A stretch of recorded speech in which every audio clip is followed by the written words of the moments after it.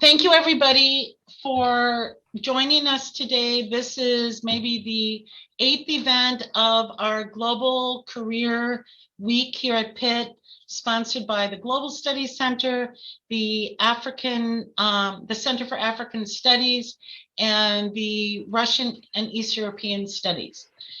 Here he is. Got it. Okay.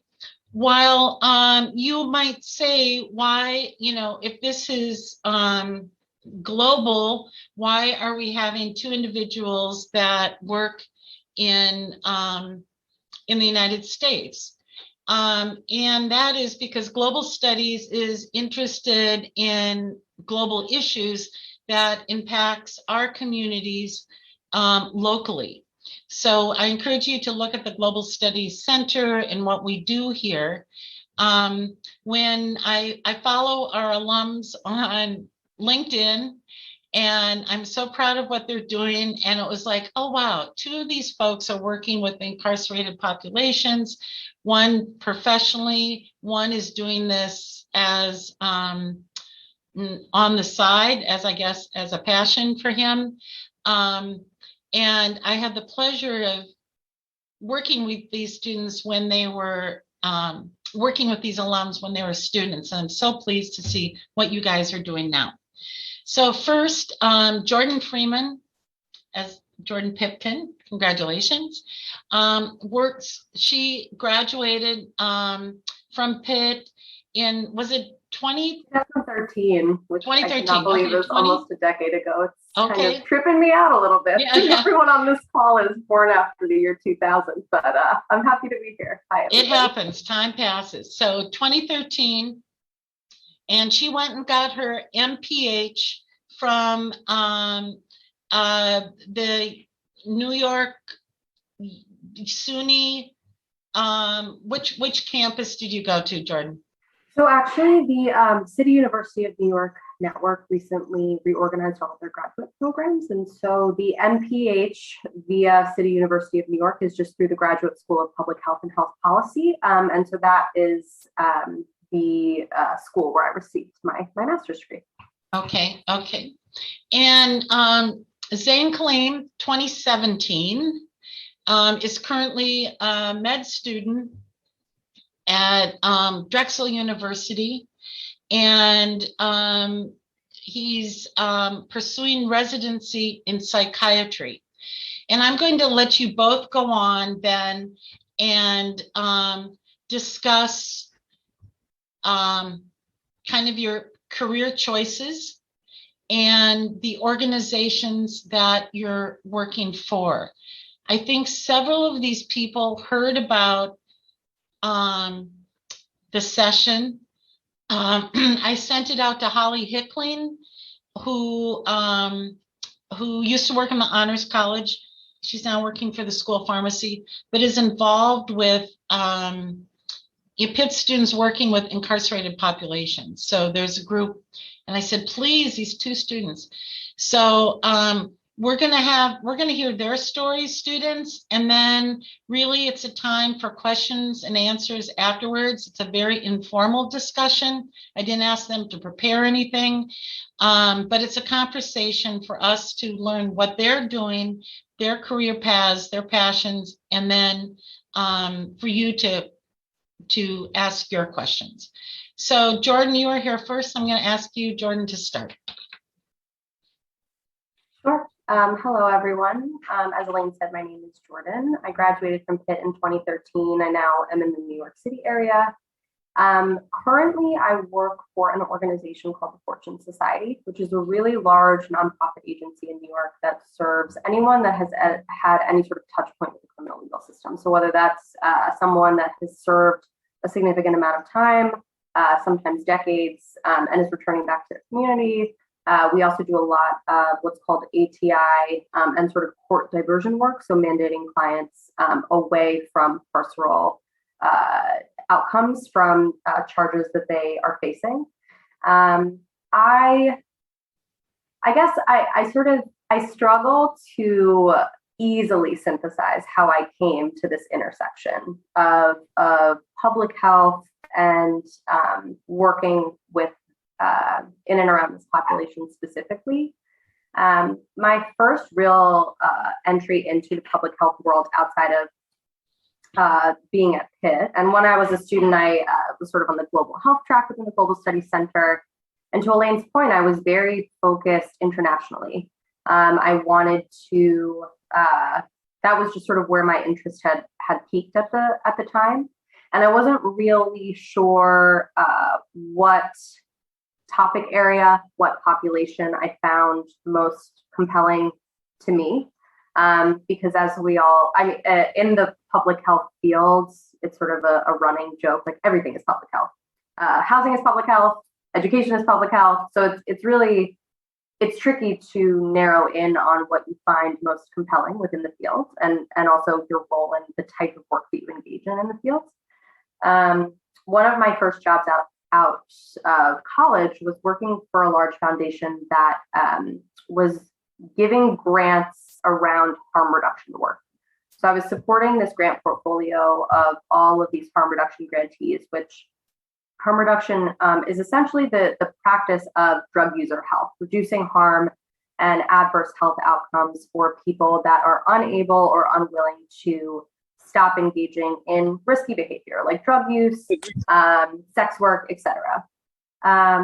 So it was when I was working in and around that topic area that I became really interested specifically in the over-criminalization of communities and how that impacts health outcomes. And I say that meaning like touch points with law enforcement in a community and how that impacts typically adversely the health outcomes of those communities. And that sort of led me to exploration of how healthcare and provision of healthcare to both currently incarcerated and also formerly incarcerated people is really essential to their community stability and to measurements that everyone likes to talk about, like recidivism, like desistance, things of that nature. My role at the moment is I do a lot of program operations work. So I sort of am the contracts manager. I would do a lot of quality assurance and quality improvement work. I do a lot of qualitative and quantitative analysis using software like SQL, SPSS. I create surveys. I develop workflows for programs. And just to give you a sense of the agency, we do a lot of different work. So there is employment services, there's education, there's support in accessing social services. I work on the contracts that support all of the health services that our agency offers. And that can be anything from HIV case management to outpatient substance use and mental health treatment. Food and nutrition, one-on-one nutrition counseling. There's a lot of different things that we provide. So I really would like to use most of the session to answer any questions. And yeah, I appreciate the time today. Thanks, guys.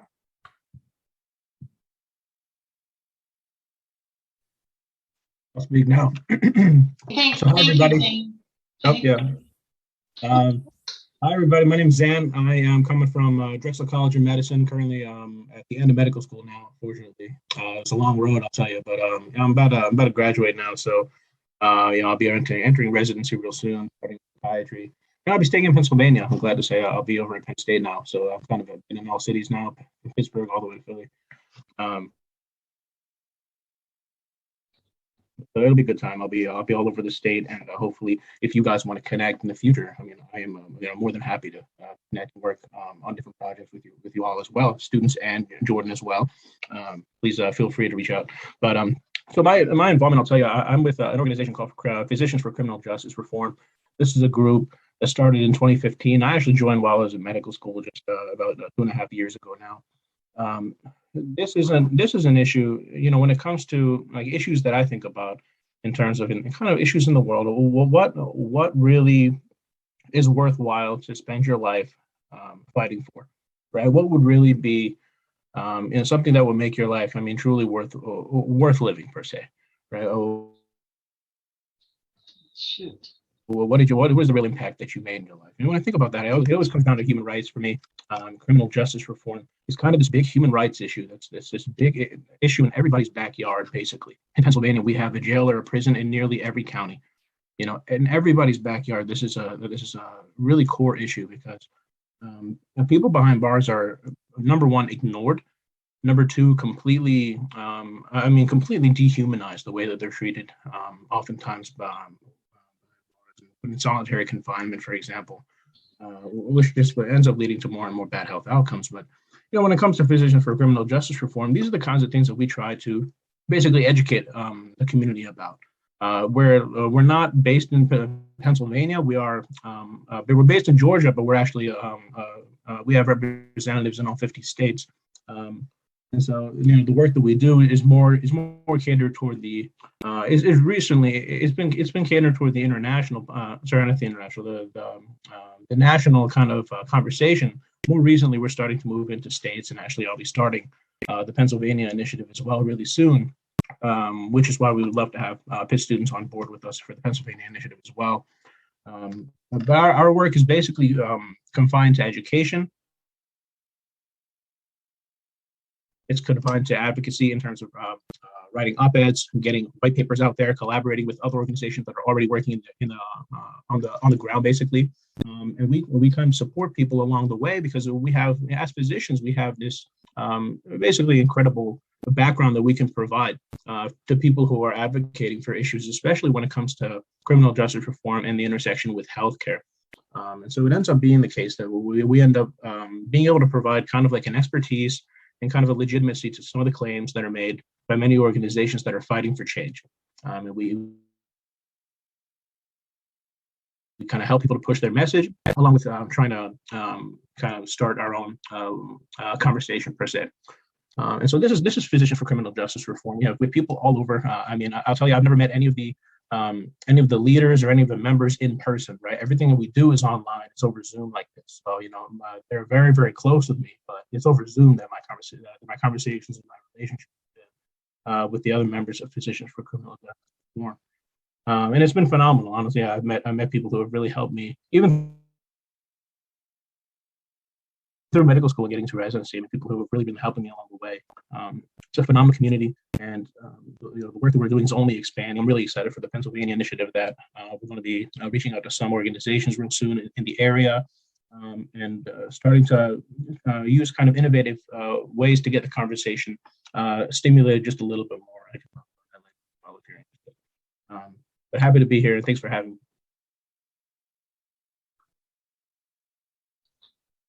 So I'm going to kick it off with two questions, and then I really would love our students to ask questions that they may have. You can write them in the chat if you feel comfortable, or unmute yourself and make yourself more visible. It's up to you. Jordan, when you are talking about managing cases, like what does that mean when you're and what skill sets do you need to have? And if you were a student, what kind of classes do you need to have? More data analysis? Do you wish you had more aptitude to certain kind of needs that you have on your job, or did you get that through graduate school? Tell us what a project management looks like. Sure. So I'll say that, as you get closer to that moment of graduation and you start doing some job searches, I think the main thing I want to point out is that a project manager or a program manager at really any role at a nonprofit agency, program assistant, data analyst, admin analyst, those roles mean different things at every single organization. And so it really, I've honed my skill set via the places I've worked and also through grad school. And I think, I'll say most of the learning I've done has been on the job. I don't think that graduate school is a necessity. And I think that that actually is a myth that's been dispelled a bit in the last decade. When I was a college student, it was sort of like, if you want to go into any social science, you definitely need to go to grad school. I don't really agree with that necessarily. But I do think what grad school was helpful for me in honing the skills around was sort of program development, workflow and logic modeling, how to formally conduct qualitative and quantitative analysis, how to effectively write a grant proposal. Those weren't skills that I had been exposed to in my work. And so I felt that it was important to have some hard skills for myself that could really apply regardless of what organization I work for, regardless of what population I'm working with. For me, my general interest is at the intersection of health and stigma. So really any population that has sort of been pushed to the corners of society and deemed not sort of suitable for healthcare access. That is what I'm most interested in breaking down the wall around and making sure that those individuals and communities have access to health services that are really curated for them in a way that makes it easy to access. And so, yeah, I mean, the other thing I'll say about grad school, frankly, I chose the cheapest degree that was available to me. And I will be blunt about that because I have plenty of friends in the field that went to Columbia, went to NYU, are reaching or went the route of a more Ivy League or private institution. I think there's maybe benefit there if you really have an interest in academia specifically. So if you're interested in doing research, I think it's important that you choose a graduate school. And if you want to go on to get your PhD, a school that really has sort of international recognition as a research hub. I've heard that as good advice. But aside from that, I would always advocate for getting an affordable degree because the teachers are the same quality everywhere. The topics are the same. The work is largely the same. So that would be my main advice. Grad school is great for me, but it's definitely not a requirement by any means. Thank you. Zane, so you talked about advocacies and writing white papers, but do you lobby? Tell me a little bit more about kind of the nuts and bolts of how you are advocating for change or for justice. Yeah. Yeah, certainly. So we are a 501c3 rather than a 501c4. And so, one of the things we have to make sure of is can't get too far into the weeds of politics on the ground. Otherwise, we get in trouble as a 501c3. But basically, I'll tell you about just about myself and some of my involvement, and also I'll talk about some of the members as well. Some of the members have actually, testified to Congress about COVID, for example. We worked with AMSA, the American Medical Student Association, to put together a statement where we actually went in person and testified about the impact of COVID in prisons, which was just absurd. I mean, we had, I think there were 3,000 deaths across the country in prisons of people who got COVID while they were imprisoned. And so there are things like that, people were not sentenced to a death sentence, and yet somehow, the 3,000 people died. I forget how many were infected. It was way more that were infected. But it's unbelievable that that kind of stuff happens. So one of the things we've done is testify in that way. Some of the things that I've done personally as a medical student, you can tell I probably don't have a lot of time as a medical student because you always have to study. I took the most expensive degree route, being a med student. It's by far the most expensive, but hopefully I can pay it off. Necessary evil if you're going to be a doctor. Unfortunately, no way to avoid it in that arena. Hopefully, unfortunately, there's good loan repayment programs out there too. So don't be too worried about the cost of med school if you're going to go, because you can work in underserved areas and you can have a loan forgiveness as well from the government. There's a lot of options in medical school, fortunately.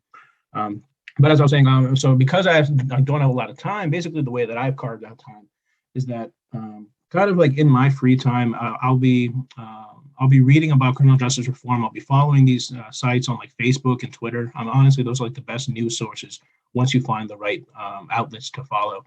And then I'll be writing op-eds, and I wrote op-eds for using Physicians for Criminal Justice Reform kind of as my background to be able to say at a news outlet, look, I'm with this organization. These are some of the points that we want to push. I worked with them to refine the op-eds, and we pushed those out on national and local and national news media. I mean, we got published all the way from Philadelphia Inquirer all the way to MedPage Today, the Crime Report, some of the more criminal justice focused publications as well.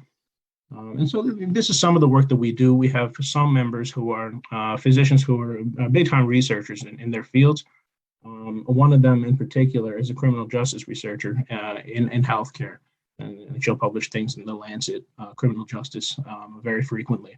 And so we have people basically advocating from all avenues in this organization. It just depends on the expertise that the person comes with and what their interests are. And unfortunately, that's a pretty low bar because anybody can jump in as long as you have an interest, and that's great for us. You also don't have to be a physician, by the way, in case you're interested.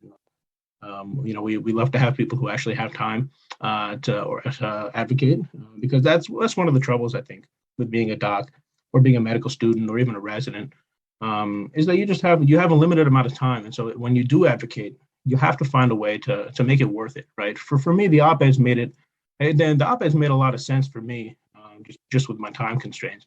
And so moving forward, I think even with some of the advocacy we're going to do on the ground in Pennsylvania, it's going to be important for me to kind of try to find a balance between the time I have as a resident moving forward, and then also some of the real outcomes that we're trying to make in Pennsylvania. I have a question in the chat.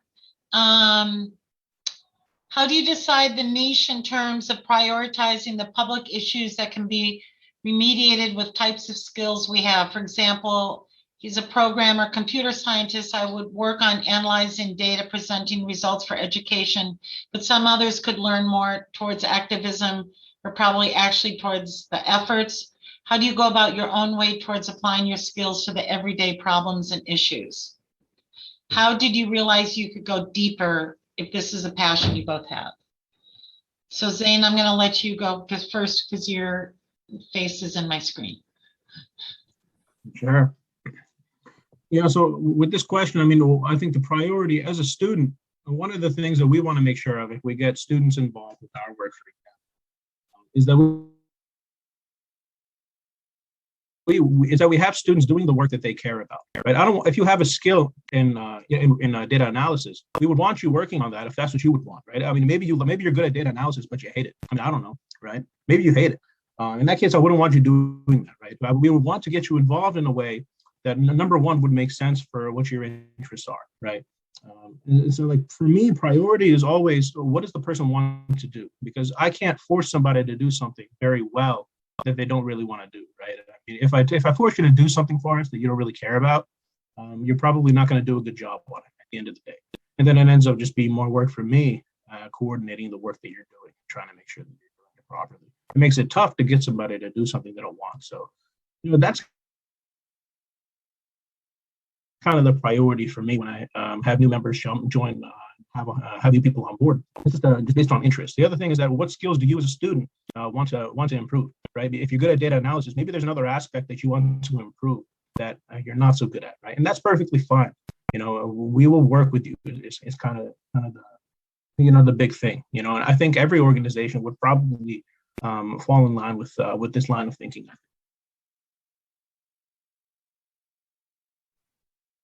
I think, one of the pros of working in and around criminal justice reform, let's call it, is that it is a massive issue and it infects literally every facet of our society, and there is work for everyone to do. I've definitely struggled with this question myself because and the other thing I'll say, listening to Zane's response, I think the answer is different depending on sort of what environment you are in and how closely you intend to work with community. So, for example, something that that's really been magnified for me, which is, I think, something I've always struggled with, trying to enter this field is that I am a white woman of privilege, and this population is largely Black and brown, and have really no common experience with me. And one of the things you learn early in public health work and your education in public health is that the power of peer provided services is essential. So the necessity of seeing your lived experience on the other side of the desk when you're trying to access a service is really essential. And if not that, then the person on the other side of the desk really having the not cultural competency, the cultural humility to be able to recognize their deficit in that area. For me, I thought of working and moving on the route of working directly with individuals and communities. And I think I've since decided that what I'm most suited for, what my role is in the administrative operations program development, evaluation, analysis space. I don't want to be the person on the front lines of advocacy, on the front lines of service provision, because it's not my lived experience. What I want to do is support the people with the lived experience to be able to carry out that work. And, support in that area can mean a million different things. You can be a grant writer. You can be the money chaser. You can be the person that makes sure all of the data is tracked properly. You can be the person that reports to the funder. You can be the person that, there are so many things that go into making sure a nonprofit stays open and keeps their lights on, frankly. Like I don't work directly with clients, but the work that I do allows us to remain operational. And so that's where I've found my value, and sort of where the route I'm going to continue to focus on is, how do I use my sort of normalized, very white, very privileged education and my ability to communicate in mostly white spaces. How do I use that and hone that to be able to support and lift up the voices that really just need the microphone, essentially. So it's definitely a tricky answer. And I think Zane's point is true. If you are good at data analysis, but you hate it, you will not find any joy in your work, no matter how important it is. And that's definitely something that I grapple with on a regular basis. Is sort of I know my value is here at the moment, but is it really filling me up every day? Not necessarily, but I do know that it's important and it's necessary, and someone has to do it. And I'd rather the person that's doing it be like me and come from an informed, community-centered, person-centered lens than sort of, Joe Schmo, who's great at data analysis, but has absolutely no orientation to the community and the data that pertains to the data that they're looking at, if that makes sense.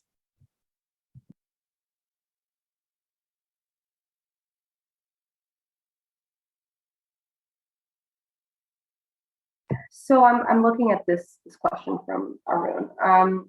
Grant writing is an art form in and of itself, and I think it really depends on what funding entity you are submitting a grant proposal to. So if you are I would say, funders are always really interested in sort of how the work that you are asking to be funded is going to inform and propel future work of your organization. So it's really, there's always a large focus on sustainability and how, if you're applying for a 1-year grant or a 2-year grant, how are you going to ensure that work's going to continue, assuming that money it is sort of has a deadline.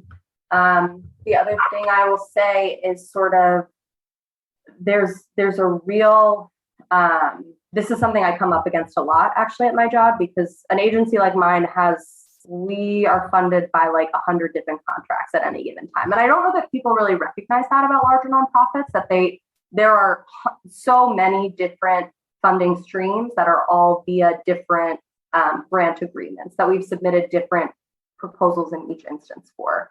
So it's a lot to maintain and report on and keep renewing. Something I see all the time is proposals that don't have a clear project plan laid out. And by project plan, I mean sort of like goals, objectives, activities, tasks. Like I'm talking like specific, what is the overall goal of the work that you're trying to do at sort of very broad level? And then what are the more specific objectives underneath that? And then underneath those objectives, how are you going to accomplish those objectives? I see a lot of really flowery language about reducing recidivism and all of and sort of language around being able to determine causality, which is a really tricky thing to do. And like you can't really do it unless you have a very specific research structure around you. And so then you are then leaving the program to sort of piece together these reports that speak to these goals that don't even really align necessarily with the actual day-to-day work of a service provider, let's say. A really great example of this, and the other thing I'll say is that I find that the government streams of funding, so those exist at federal level, state level, city level, those requests for proposals are often very hefty. They require a lot of writing, a lot of documentation, but they also tend to have like loftier, more idealized goals around why they're interested in funding the work. So an example of a contract I worked on a long time ago was the Office of Minority Health, which is a federal institution. They decided about 5 or 6 years ago that they wanted to fund a project that essentially was focused on connecting justice-involved clients to primary care physicians, which is a huge deficit within this community. Many people don't have regular access to primary care. So that was the goal. But its overall intention was like to reduce recidivism among this population. And for anyone that's like familiar with the study of recidivism and sort of also just generally what data we have available to us that that details people that are incarcerated or formerly incarcerated, it's very piecemeal. It's tricky to get access to for a reason. It's there are a lot of different definitions for recidivism. Are we talking about new arrests? Are we talking about parole violations? Are we talking? I mean, there are so many different questions that come out of that very basic sort of idea that the Office of Minority Health has decided that they're interested in learning about. And the proposal was written really badly. And so at the end of it, I had to piece together like a formal evaluation of whether or not we achieved these goals of reducing recidivism and things like improved behavioral and physical health. No one's taking a blood pressure on those clients. You cannot prove causality around this program contributing to improved health outcomes for clients. So that's the type of thing that sort of, I think that like the grant proposal stuff, people underestimate the value of it, and that like a great grant proposal is everything. It creates so much more space for the people doing the work to just focus on doing the work. And so it's a skill and it's a really important job to have. And also, like my agency serves over 7,000 people a year, and we have 2 grant writers. So it's a very underfunded, under-resourced area in most nonprofits because, and my nonprofit is large. There are over 300 people that work for Fortune. If you're talking about a smaller, low-threshold, community-led organization that has 3 full-time staff people, they don't have the capacity to write a really robust, perfect grant proposal. And so that really, like, it is such an area for like, you know, expansion, and its focus on that skill set is really, it's necessary. And not a lot of people recognize that it's its own specialty for sure.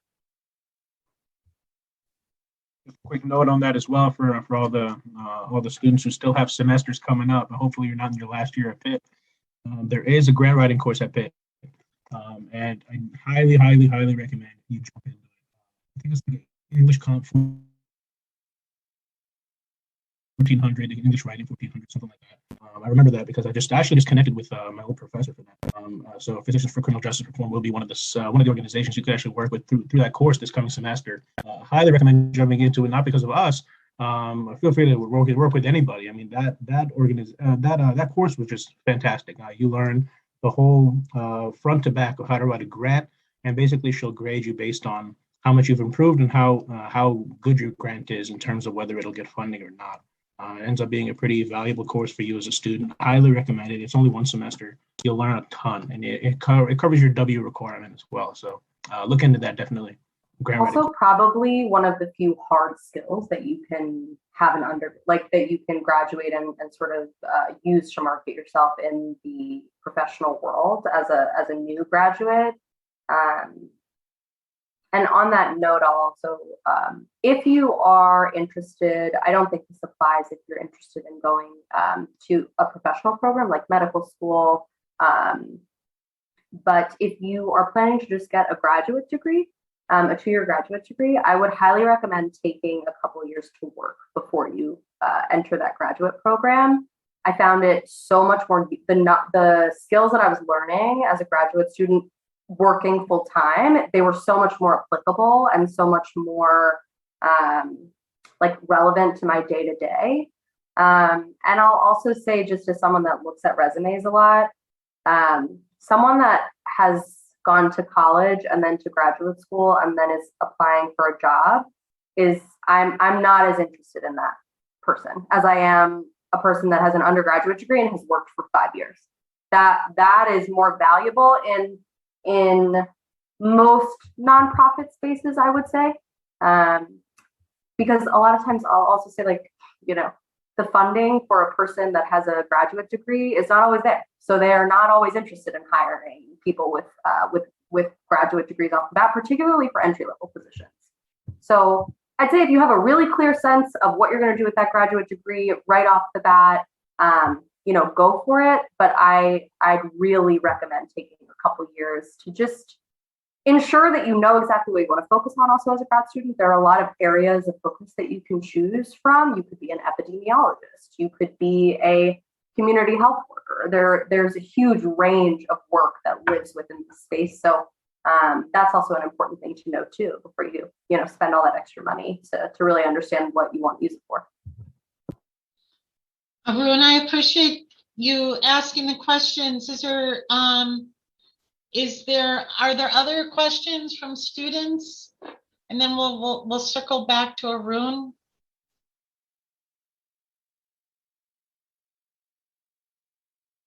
I have strong opinions about going on to graduate school. I feel like the universities, I don't want this to be on tape. It's a way they're bringing in the money. Yeah. Absolutely. And I'll say to Arun's last question in the chat, if you are planning to go right to graduate school, I would really just focus on trying to get some really tangible either volunteer internship experience or part-time work experience alongside of that, just so that you have something substantive on your resume aside, post-undergraduate graduation, but aside from a graduate school.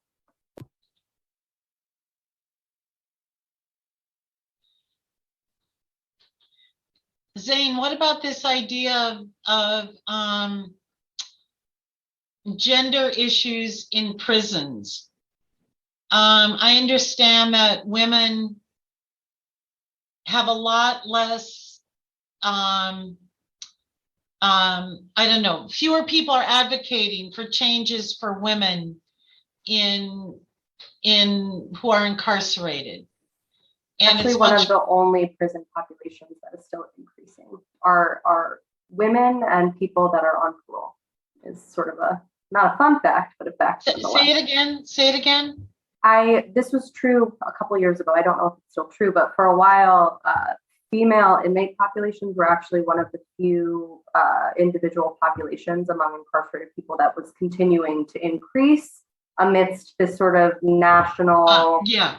state and national desire to reduce prison populations and to release people, women were one of the main groups that were still increasing.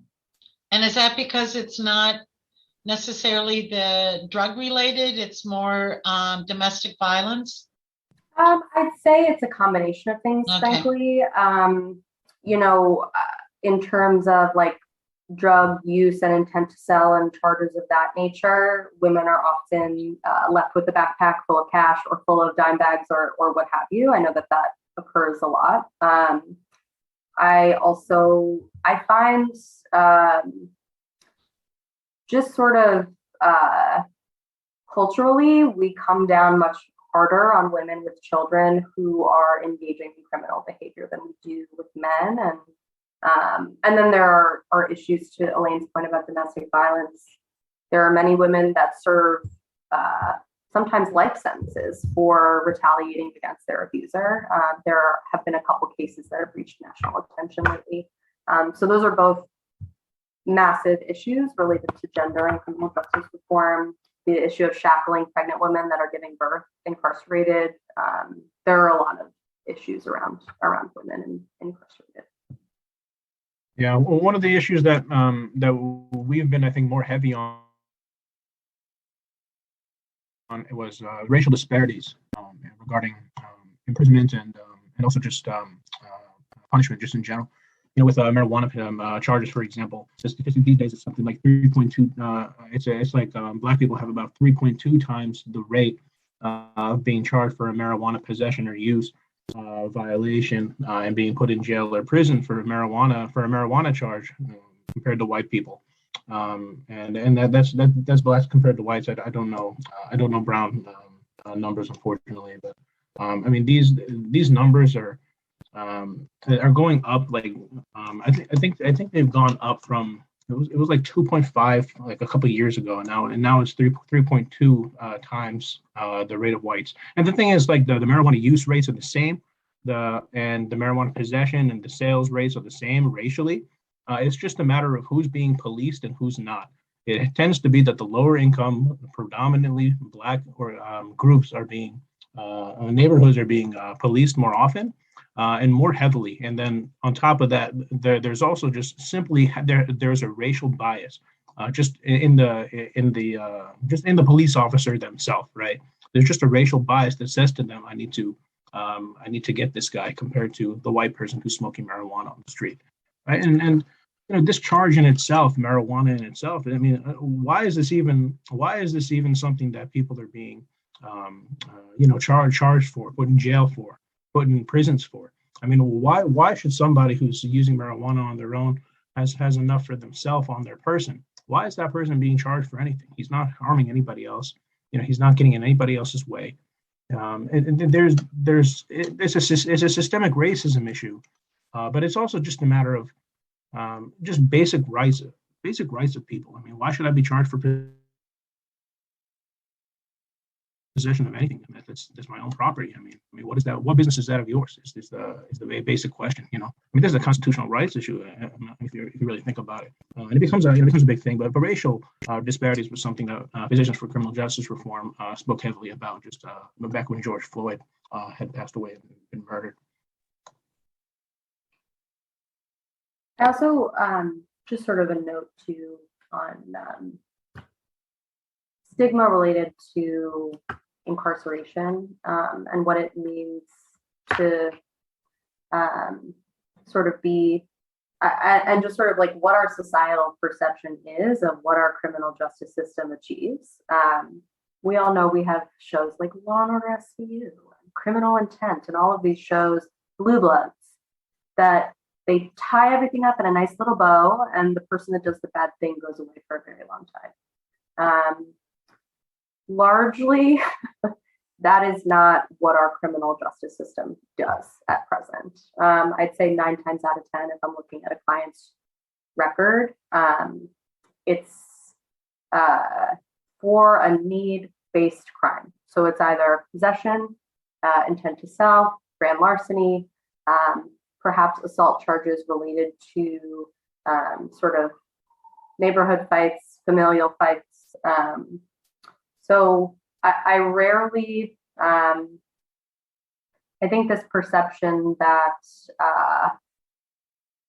anyone that's in jail or prison deserves to be there because they did a bad thing is sort of like grossly oversimplified, is the first point I'll make. And the other point I'll make is, and this is something I've developed over time and really had to challenge myself on. I think I personally believe in prison abolition, which is to essentially like get rid of the system as it exists now and start from scratch. And in order to really align with that mentality, you do have to start to challenge the way that society has pre-programmed your brain to think about who deserves what. And so I sort of had to come to a conclusion myself to say, even this hypothetical individual that has committed the most heinous act you could possibly imagine, they still deserve healthcare. They still deserve regular food.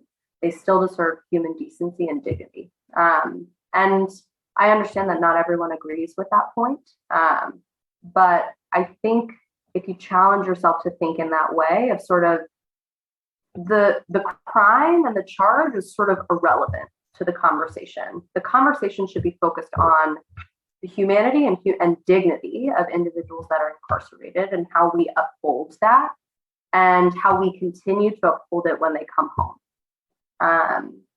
regardless of what that rap sheet looks like. And I actually, on the point of kind of physicians and criminal justice reform, the issue of like cultural competency in treating people that are formerly incarcerated. I'm sure your organization, Zane, talks about this at least in some part. Sort of, a person going to a doctor's appointment and their doctor looks at their file and is like, oh, you did time. What for? Why is that question relevant to a person's healthcare? Yes, how long you were incarcerated, perhaps. But the nature of your crime should have absolutely no bearing on the type of healthcare you receive. And so those are the types of kind of social and societal questions that we have to constantly ask ourselves and challenge ourselves to think critically around, which is really, in my opinion, the only way that we'll see any sort of paradigm shift around the reforming of our criminal legal system. Because the sad fact is that there are a lot of people in our country who think that the people that are being treated this way actually deserve to be treated that way. And so to break away from that is really the challenge, to say, oh no, everyone's deserving of these basic human rights because they're human beings. That's the challenge in like the ethos of this work, is that sort of regardless of what society has decided about you, you still deserve access to the bare necessities. Yeah, and I'll tell you that point about everybody deserves dignity. Everybody deserves to have their dignity of health, basic respect as human beings. I mean, these are the things that I'll tell you. I mean, these are the things that bring me to medicine, right? And it's so much more meaningful when you think about it in terms of criminal justice. At least in criminal justice, the thing is that these people don't have, they don't have a say in their conditions, right? You're kind of just placed in the cell, and you don't really have much contact unless somebody's a visitor or something. And so, this is kind of the same. I mean, it's the same principle that brought me to medicine, right? If you're interested in medicine or healthcare at all, I mean, this is an issue that I think is very natural for you to get and become a part of. I apologize for the camera here. I almost going on here. To that point, I mean, I completely agree. I think it was well said. I think Jordan obviously has a lot of experience here, and it's much appreciated that I can actually hear from Jordan as well, because I'm learning a lot here too.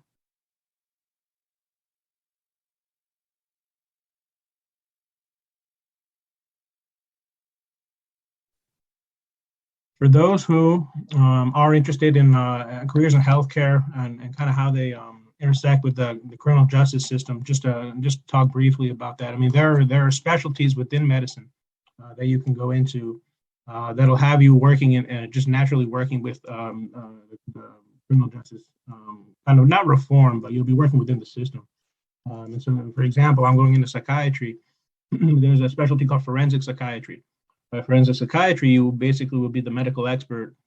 Let's say if you'll basically be hired by a lawyer, and let's say the lawyer says, "Hey, I have this client, and we're making a case for, we're making an insanity case, or we're making a case for, what's the other one? It's not just insanity, but there's competent to stand trial, right? And so we're making a case that this person was not competent to stand trial, or he was, right? And so your job as the psychiatrist is not to help the lawyer to make his point. Your job as a psychiatrist is to say, well, was this person competent to is this person competent to stand trial? Right. And so as a psychiatrist, you'll go in and you'll do the medical assessment in order to give kind of an objective finding as to whether the person was competent or not in that moment to stand trial. And that's just one example. I mean, other forensic psychiatrists will work, let's say, with sexual assault cases, with gun violence cases, and you'll basically a lot of times those cases are about, well, what was kind of the person's kind of mindset within the moment. I mean, was their intent to kill? Sometimes when it's a case of gunfire, for example, was their intent to kill when he shot, when this person was shot? And so this is kind of the job in terms of forensic psychiatry. There are other specialties: forensic pathology. Forensic pathology is an interesting one. That's like it's kind of like what the coroner does effectively. Where if there's a death in the county, for example, the county will have a forensic pathologist who kind of looks at the body and does the biopsy, not the biopsy, does the dissection and the autopsy.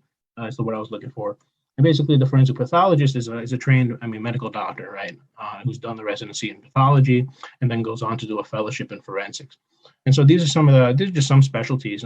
If you're a nurse, there's sexual assault nurses within the emergency department who basically take care of, especially kids who come into the emergency department with sexual assault charges on them, or charges against them, I guess. No, not against them. Charges on them, right? So, and they'll basically do the assessment. And the thing is, with a child like that who comes into the emergency department and it's suspected to have been sexually assaulted.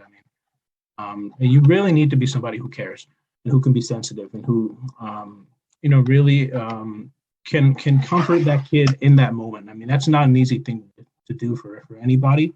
But I found that the nurses who are working in those emergency departments who do that work, and I've seen pediatricians who do the same work as well.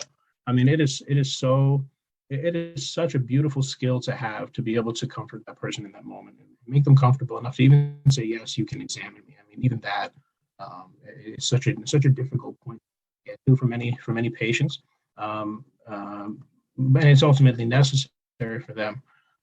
If they're going to place charges or anything like that, and so it ends up being important for them. And it's a very, very just such a noble job, I guess. That really is something that, if you're interested in criminal justice reform, these are ways to get involved, kind of inadvertently. You don't have to be directly involved. These people are all necessary in the community.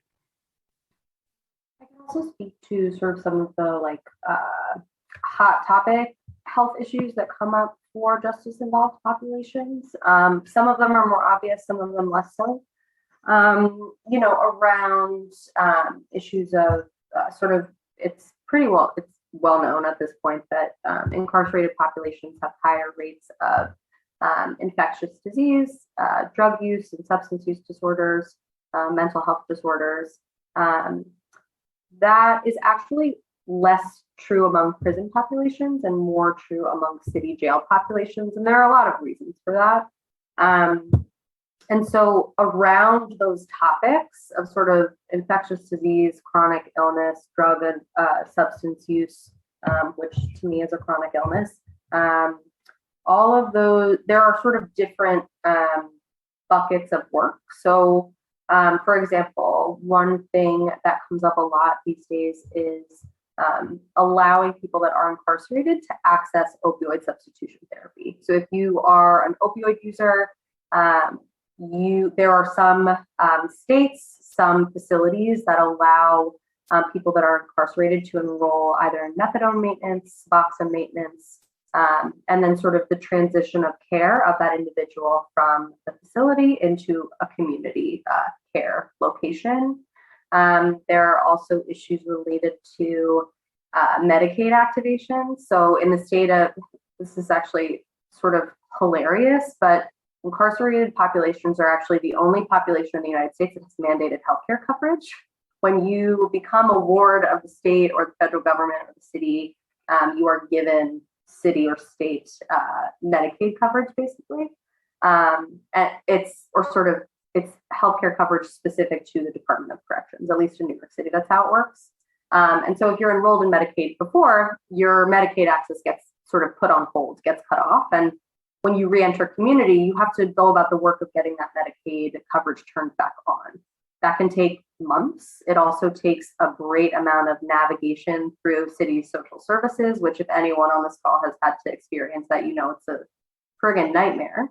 And so when you think of and imagine a person, particularly in a city jail, so, and the reason I say this is city jails and county jails house people that are serving time of a year or less. So, and that's also a distinction that a lot of people don't understand. Prison facilities are for long-term sentences, and city and county jails are for people that are awaiting trial or to post bail, or they're serving a sentence of a year or less. And so the population of city jails cycles in and out frequently. And you think of people that are largely unhoused, unmedicated, if they have some sort of mental health disorder, and they're living fully exposed on the street. And so you think of those people kind of cycling in and out every few months. And a large part of why that happens is because they're released with absolutely no community support related to medication adherence, related to housing. So if you're picked up on a sort of public nuisance misdemeanor because you're screaming in the middle of the street because you're schizophrenic and unmedicated, they'll take you in, you'll get booked, you get set up with a doctor in facility, maybe they put you on some medication, and before you can even calibrate those meds, you're back on the street without any sort of Medicaid coverage for months. And so what's going to happen to that person? They cycle right back in. You know, chronic conditions, access to primary care is something that is like rarely focused on. I think probably because people think of it as kind of like boring, but it really is like the backbone of our healthcare system, and it's so essential. And for people that have been incarcerated for decades, they've largely not gotten any primary care.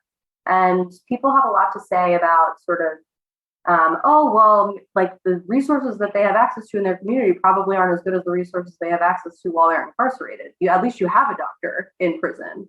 That is absolute garbage, to be blunt. Healthcare provision in prison and jail facilities is abysmal. And it is, you know, people's health ailments are largely unattended to.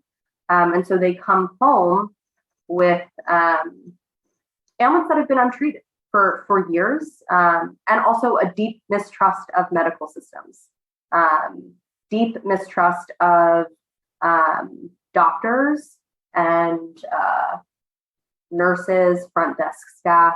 And so then you run into the issue of, which I mentioned before, cultural competency and care for people that have returned to communities that are just trying to reintegrate themselves.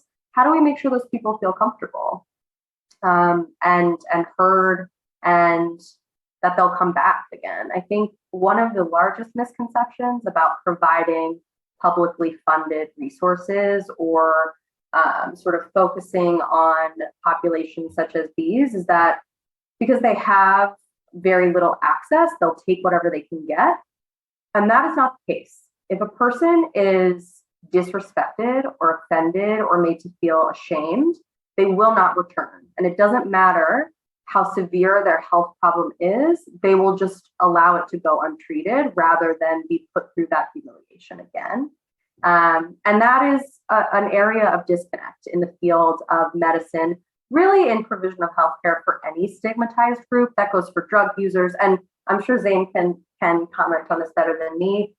If you go into the ER and people assume you're drug seeking, they do not give you the time of day because they assume that you are just there to get drugs and if you're tweaking on the street and you have nowhere to withdraw, maybe you do need healthcare in the emergency room, right? Like, how can we approach those people with a little more compassion than just to sort of write them off as, oh, they're engaging in this risky behavior that society has deemed as unsavory, so they're not deserving of time and attention and care.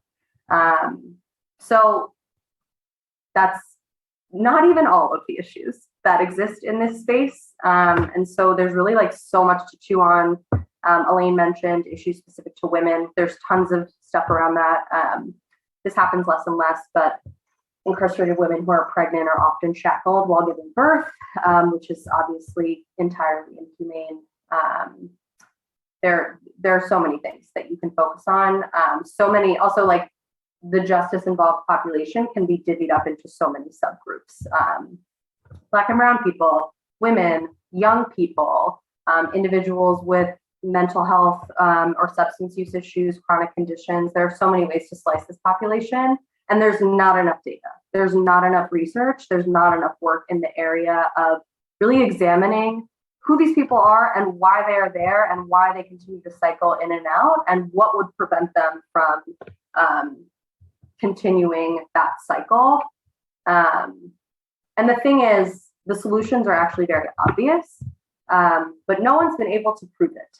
And so we can't really act on it in any way because we can't say, look, we've proven in XYZ studies that giving people a warm handoff to a community provider rather than like dropping them off on a corner at 2 a.m, which does happen sometimes when a person's released, that has positive implications for a person reentry into community. It's sort of, we know as public health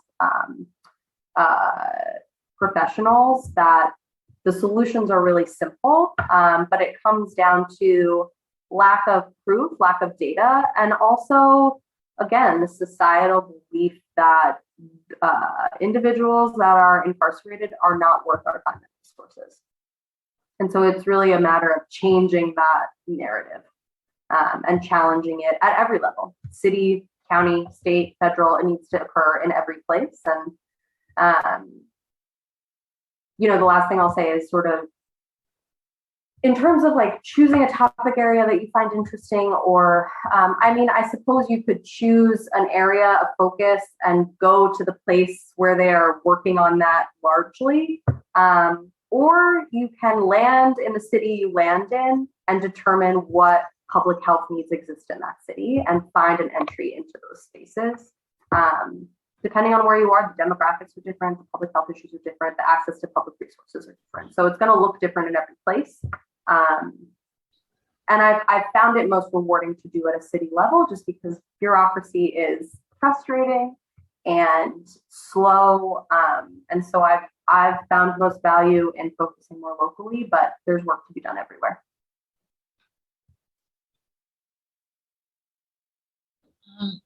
I'm going to ask if there's one last question. I don't want to stop this conversation, but I also want to be respectful of Zane and Jordan's time. Any other questions? A lot has been discussed. A lot of information has been given. So much work to be done. So much work to be done. I know, Zane, I was going to ask you, okay, so like what, if you want to learn more, you said this is what you should be following, or, I don't know, what social media, what sites? That's a good question. Yeah, so I'll tell you the way that I've learned about criminal justice reform has really been through basically being on my own time, just learning things. Right? Oh. There are a couple sources I'll start you off with, and basically you follow these sources on, let's say, Facebook, for example. Follow them on Facebook, and there's a way you go on their page and you can list them as see first on your newsfeed, so that way every time you open Facebook, you'll see those, everything that they post that's like brand new that they just put up, you'll see those at the top of your news feed if you put it in as see first.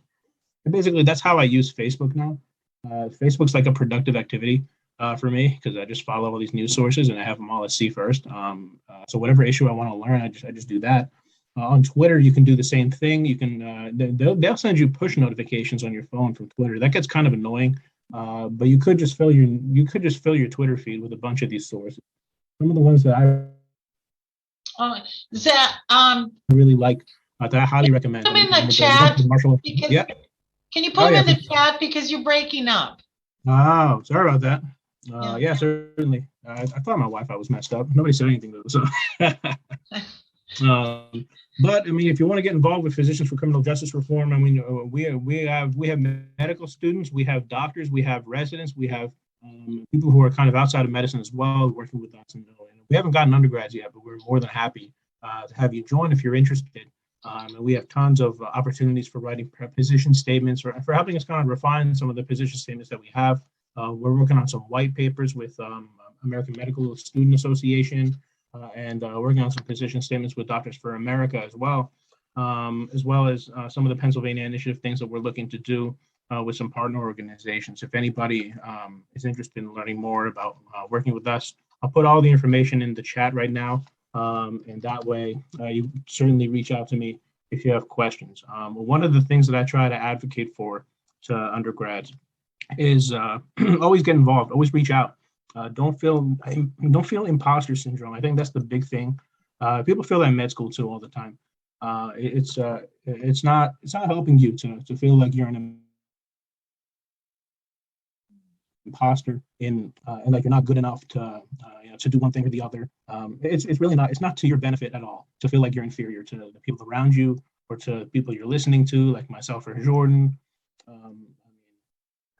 Like I said, I learned everything I learned about criminal justice reform has come from reading a lot of things. Right? I don't have personal experience with the criminal justice system. So I have less like lived experience with that, but that doesn't mean I can't be involved. That doesn't mean I can't push myself to make a change in this space that I think is so important, right?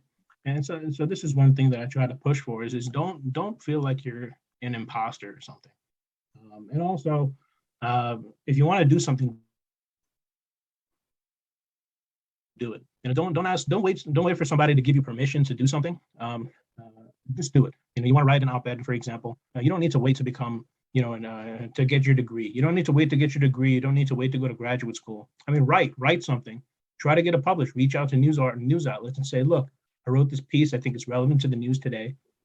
Would you want to publish it? Right? And then many times they'll say yes. If they don't, I mean, you have different ways of publishing these days. You put it up on your Medium account. And I mean, you could publish it online. I mean, then you can share with everybody. I mean, there are tons of ways to get yourself out there, even in the smallest way. There are tons of ways to get yourself out there and to really just get involved. I mean, push yourself, and that's what I try to encourage undergrads to do. So that's my spiel, and I'll put all the information kind of in the chat here about organizations you can follow to learn more. Thank you, Zane.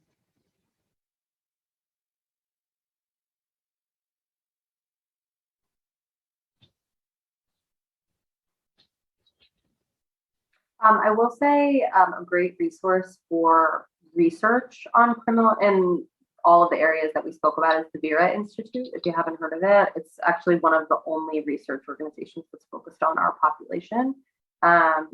And they do a lot of national level research. So they break it down by state data. It's not updated that frequently. So I think their most recent, sometimes you're looking at data that's old, and that goes for any time you're doing research around justice involved populations. The data is often a couple years at least old. But Vera Institute is great, and Google Scholar is your friend, just to be able to type in buzzwords and identify like more recently published things. And like Zane said, the Lancet has a sub publishing track that is specific to justice involved populations. There are a lot of academic articles that you can, and you'll sort of start to get a sense of what views are available to us right now, and where it becomes really murky and we're not able to answer the questions that come out of our initial research and analysis.